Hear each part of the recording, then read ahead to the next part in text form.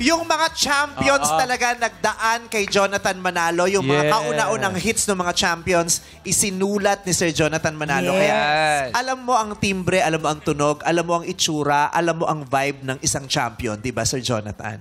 Yes, Vice.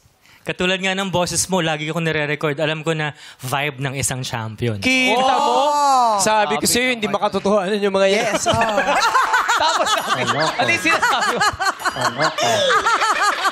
Ay, makikita yung ano niya. Parang plastic. Hindi, biro lang. Si Sir Jonathan pa, Diyos ko.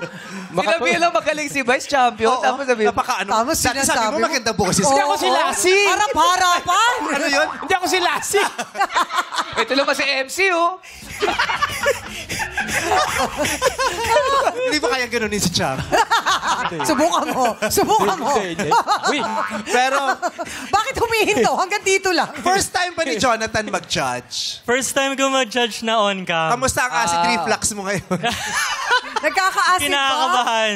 Kinakabahan. Pero excited ako kasi na para makita yung mga contestants at matulungan sila na ma-achieve yung greatest potential nila. And syempre, hindi tayo mag-sugarcoat dito kasi kung gusto niyo talagang makapasok sa regular industry, kailangan sabihin kung ano yung makakatulong sa kanila. Kaya mo magtaas ng kamay, Sir Jonathan, pag wala sa tono? Kayang-kaya namin ni Sir Louie.